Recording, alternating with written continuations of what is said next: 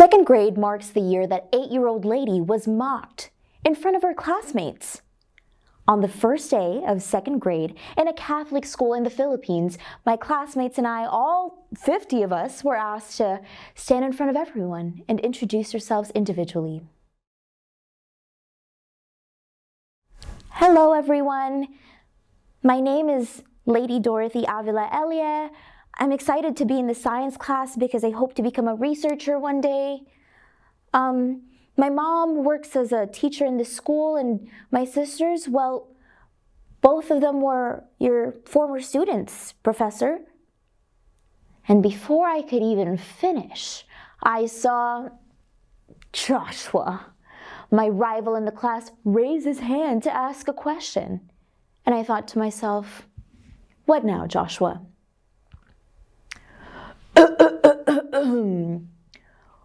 We know about your mom and your sisters, but what about your dad?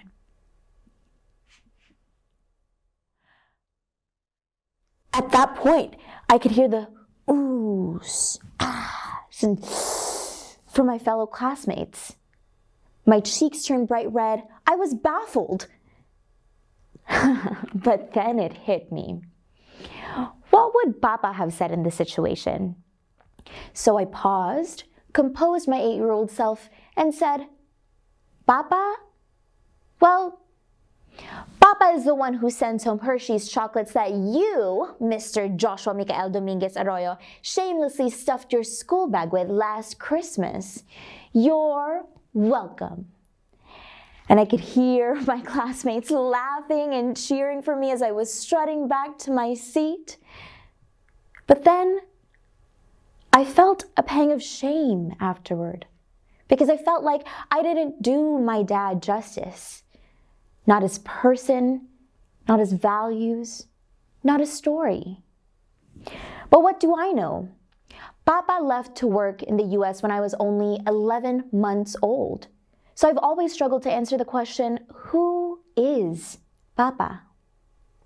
That same year, we learned about OFWs. Ms. Rodriguez, my second grade teacher, really tried her best to teach us about this concept, even though as an 8-year-old, it was also really hard to learn it at that time. But it was such a big deal. Okay, class, listen closely. Today, we are going to talk about OFWs. O being overseas, F being Filipino, and W being workers, OFWs. So class, OFWs are Filipinos that leave the Philippines to work abroad. Abroad meaning the United States of America or the United Kingdom. And class, these Filipinos, they help us with our U word, our utang, our debt.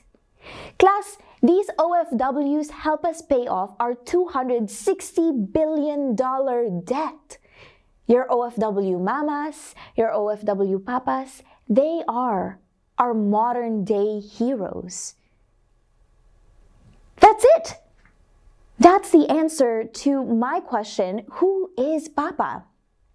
So Papa is this overseas Filipino worker who sends home these huge boxes with Hershey's chocolates and Spam and VHS tapes of Disney movies. He's a hero. He's my hero, and he's my country's hero.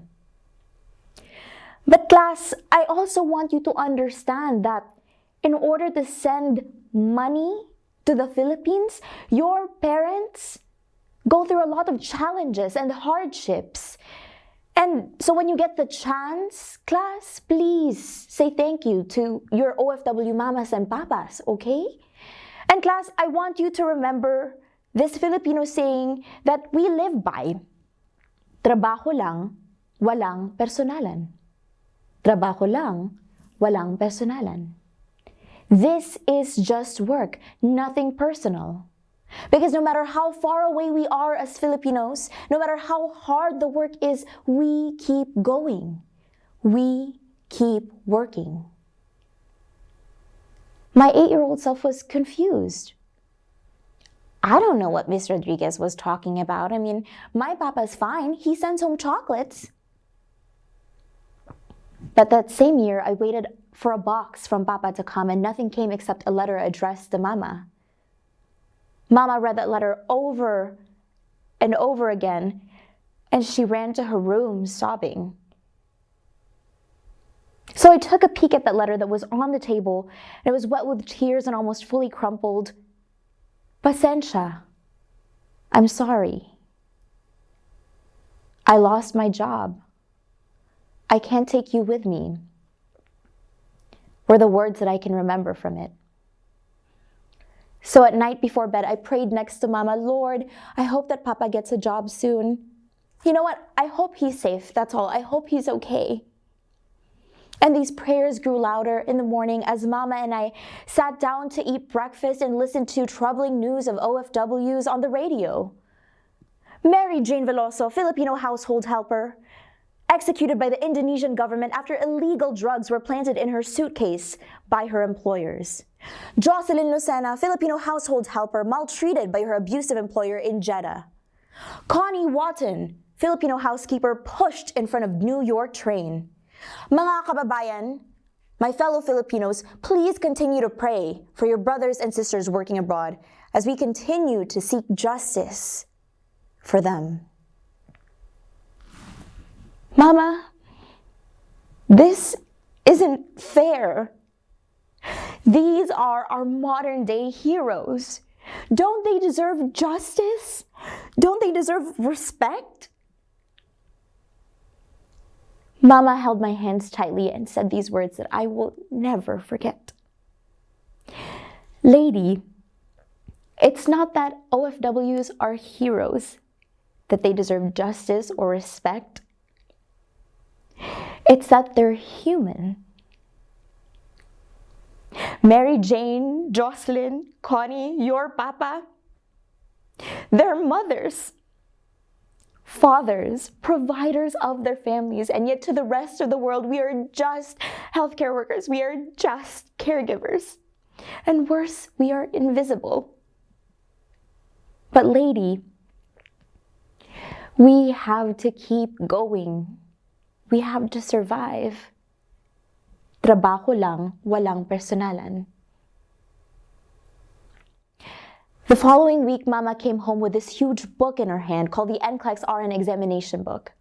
She was studying to become a registered nurse. She kept working. She would write all her notes on paper and stuck them on the walls of our rooms, on her wardrobe doors, and even on our fridge because she wanted us to survive. She wanted to work so hard to achieve her goal, and she did. She passed. 8 years later, Mama knocked on my door one afternoon. Hey, lady. My papers got accepted to work in the US today. Do you want to move to America with me?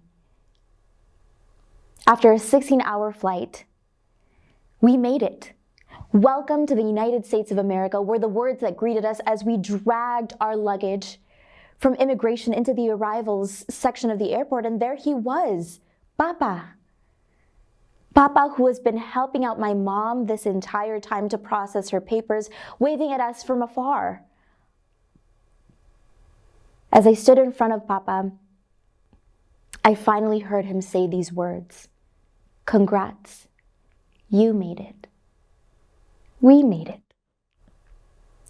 My name is Lady Dorothy Avila Elli. I am a Filipino immigrant. I am one of 2 million Filipino immigrants and OFWs in the world. And you may not know all of our stories, but today you got to hear mine. And I'm here today not just because of the hard work of my immigrant parents, but also because of a promise well kept. That here in the United States of America, immigrants are living, breathing human beings who deserve to work without discrimination based on race, religion, sex, and national origin. We, immigrants, are alive and present. We exist and we are human. You just have to do our names, our stories, and our work justice. Until then, trabaho lang, walang personalan. This is just work, nothing personal.